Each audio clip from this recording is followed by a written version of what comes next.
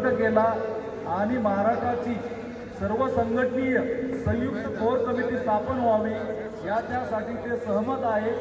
त्यांचे नाव मी जाहीर करतो आणि येथे आल्यानंतर काही मान्यवर स्वइच्छेने कोर कमिटीचा भाग बनतात त्यांचं पण आम्ही स्वागत करतो. आता आपण जे सभासद निवडणार आहोत त्यांचे मी नावं सुचवत आहे. त्यांनी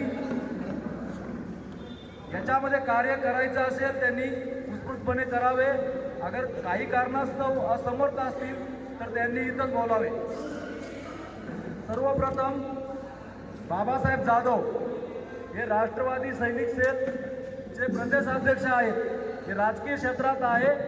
त्यांचं नाव कोर कमिटीला सुरुवातीला मी त्यांचं नाव सुचवतो. यानंतर दीपक शिर्के साहेब हे पण मोठा अनुभव आहे आणि आपल्या सैनिकांना आर्थिक सक्षम बनवण्यासाठी त्यांची आपल्याला खूप मदत होऊ शकते.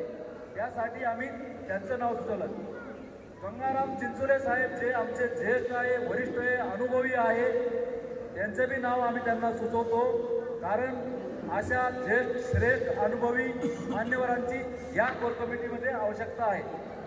कमलेश दाभाडे साहेब माजी सैनिक, कृपया साहेब प्लीज बोलू नका, महत्वाचे साहेब माजी सैनिक किसान महाफेडरेशनचे विदर्भाचे विभागीय अध्यक्ष आहे. त्यांचं कर्तव्य चांगलं आहे आणि गेल्या काही दिवसापासून त्यांनी विदर्भाची चांगली बांधणी केलेली आहे. भीमराज आरेकर साहेब सक्रिय आहेत. कोर कमिटीमध्ये खूप फायदा होईल यासाठी आम्ही त्यांचे नाव पण सुचवतो. कैलास आवारी साहेब हे अहमदनगरचे आहेत. तरुण नेतृत्व आहे.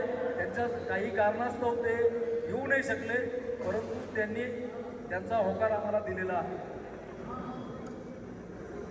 सुभाष बोबडे साहेब हे पण नागपूरचे साहेब, तर त्यांनी काही कारणास्तव आले नाही, परंतु ते कोर कमिटीमध्ये काम करायला तयार आहे. बाळासाहेब शेवाळे हे पण